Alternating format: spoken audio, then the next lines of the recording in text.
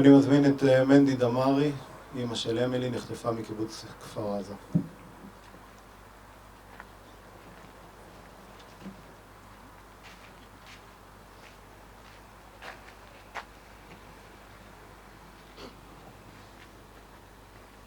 היי, שלום.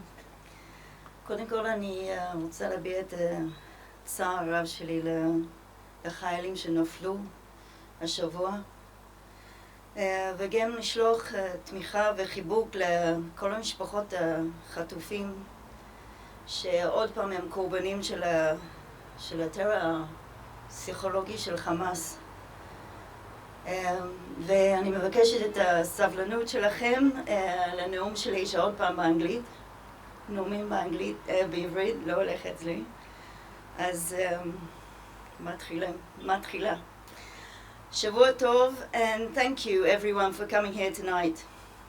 My name is Mandy Damari. My daughter, Emily Damari, is the last remaining British-Israeli citizen being held hostage in Gaza. Last month, I went to London with a simple message. I told the British government that I was there to ask for solutions, not just for sympathy. Emily and all of the remaining hostages are in hell.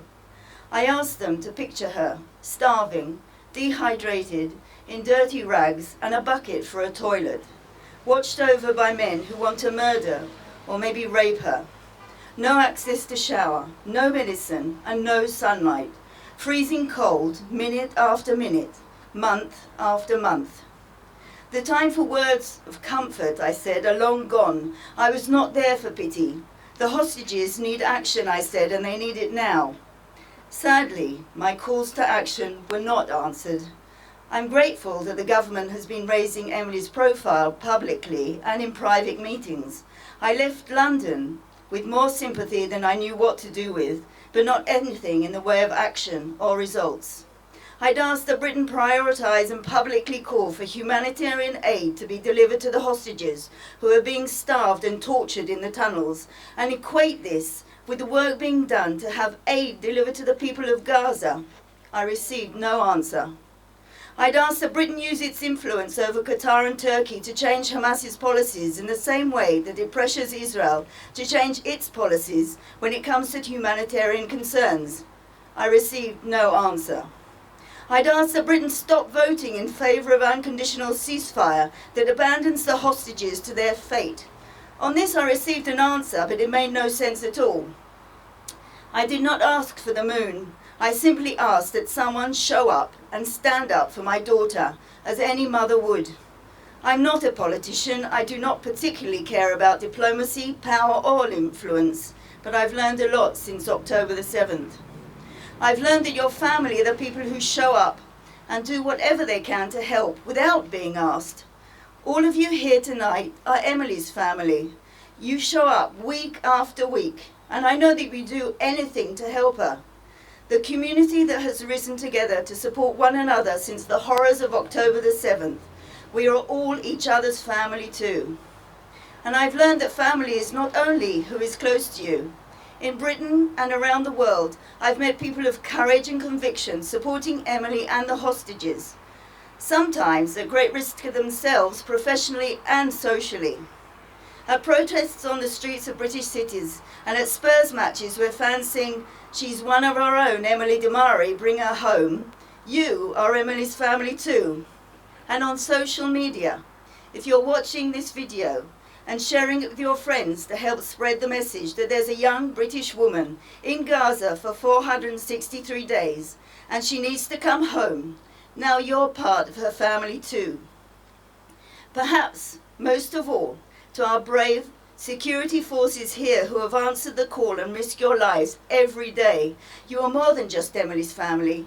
You are our heroes. We owe you more than words can express. I've learned something else since October the 7th.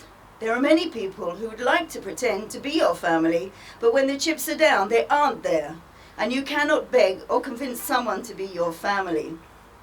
That brings me to Donald Trump, who will become president again in just over a week. My message to you, Mr. President, is that your words have given us more than comfort. They have given us strength. and I know your actions will match these words. You are Emily's champion now, and I believe in you that you can finally bring her and every last hostage back home. We are now at a critical moment for the hostages once again. An agreement is within reach, and it must be acted upon with urgency. And we will not stop until every last hostage is home. Nobody gets left behind because we are all family. We should all remember Yosef and Hamza al-Ziyadne, and nobody should have to go through what they did. They went into Gaza alive and came back dead after so long and so much suffering and so much hope. 2 more preventable tragedies, 2 more acts of evil by Hamas, who treat Muslims and Christians just as badly as they treat Jews. So there can be no more delays, no more excuses, no more politics, no more distractions, and no more sympathy. Now is the time for solutions. Bring them all home now. And Emily, Lulu, if somehow you can hear me, know this: all of us here at Sha'ar HaNegev, your family, we love you to the moon and back. Not a second goes by that we're not thinking of you, praying for you, fighting for you to return home alive. My love, our love, for you is unbreakable, and we will not rest until you are home, safe in our arms. Hold on, my love, because we're holding on for you. Thank you.